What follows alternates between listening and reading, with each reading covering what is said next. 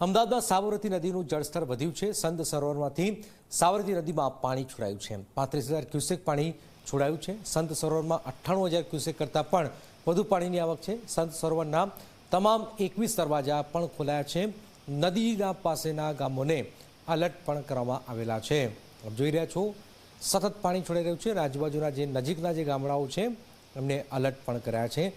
સાબરમતી નદીનું જળસ્તર સતત વધી રહ્યું છે।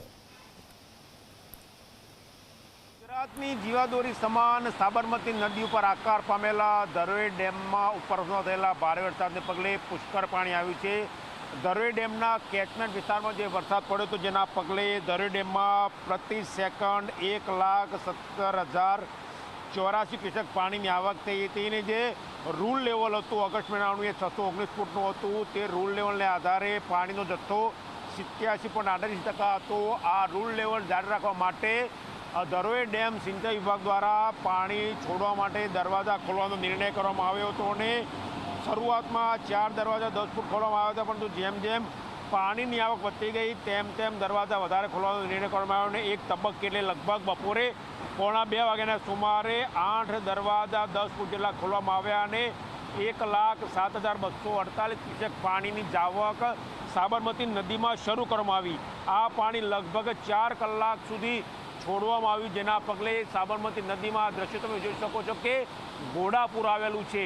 જે સાબરમતી નદી સમગ્ર વર્ષ દરમિયાન કોરી જોવા મળતી હતી તે સાબરમતી અત્યારે હાલ તેના નીકળવાના સ્થાનથી લઈને ખંભાતના અખાત સુધી કે જ્યાં તે દરિયામાં મળે છે ત્યાં સુધી 2 કાંઠે હિલોરા લહેરતી જોવા મળે છે।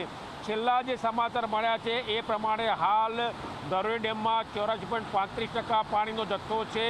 રૂલ લેવલ 619 ફૂટ જાળવી રાખવા માટે અત્યારે હાલ 32,385 ક્યુસેક પાણીની આવક સામે 78,775 ક્યુસેક પાણીની જાવક નદીમાં કરવામાં આવી રહી છે। અને હાલ 617.87 ફૂટ નદીનું લેવલ ધરોઈ ડેમનું લેવલ પાણીનું જાળવી રાખવામાં આવ્યું છે।